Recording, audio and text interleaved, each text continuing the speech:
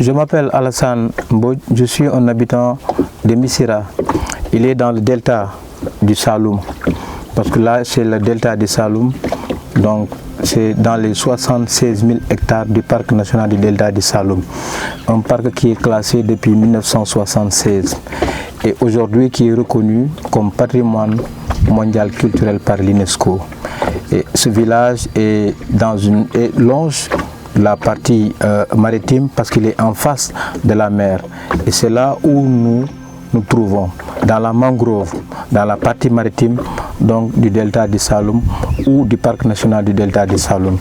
Alors là c'est la mangrove qui est une zone de frayère, qui est une zone de reproduction, qui est une zone de repos, parce que les produits ou les ressources ou le poisson viennent pour se reproduire ici dans la mangrove. C'est la mangrove, c'est l'ensemble des palétuviers, c'est la végétation des palétuviers, une zone protégée parce que le poisson ou les ressources, le produit halieutique, tout ce qui est produit halieutique viennent se reposer ici et viennent se grossir ici, et quand ils atteignent la maturité, ils vont en mer et en haute mer. Et cette zone est protégée, parce que c'est une zone environnementale.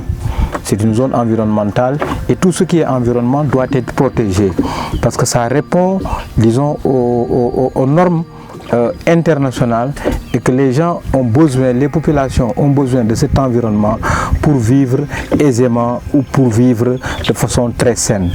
Et on vit de cet environnement, on vit de cette nature et c'est la raison pour laquelle cet environnement ou ce cadre est protégé. Et c'est la raison également pour laquelle donc il y a des campagnes de reboisement. Chaque année, les poches ou les parties qui sont déboisées sont reboisées par les populations, souvent avec l'appui des projets et les programmes, donc pour faciliter ou pour motiver davantage les populations. Et ils le font de façon bénévole, ils le font de façon volontaire. Et aujourd'hui, ces populations, en particulier des gens comme moi, regroupés en association, ont besoin des appuis, ont besoin des sponsors pour vraiment mieux contribuer, mieux protéger l'environnement dans lequel nous vivons, parce que cet environnement est indispensable à notre vie. Nous souhaitons l'appui de tous les environnementalistes. Nous souhaitons l'appui de tous les citoyens du monde, parce que cet environnement, c'est sur la planète. Et nous sommes sur la planète Terre. Et nous sommes des êtres, nous tous, nous vivons tous sur une même planète.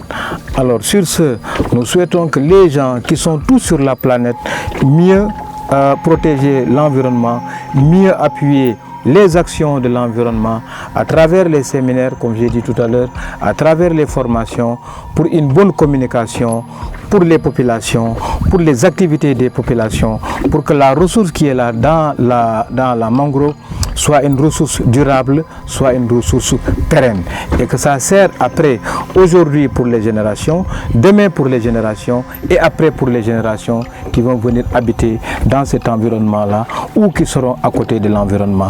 Donc c'est pour la raison pour laquelle, si on a les sponsors, on peut organiser les séminaires encore une fois et faire les formations, les renforcements de capacité, les formations pour les pêcheurs, les formations pour les femmes qui viennent donc cueillir les huîtres, les moules dans la mangrove ou dans les vasières, et également peut-être les gens, ils auront plus de conscience et le travail va être beaucoup plus durable et va être beaucoup plus sain.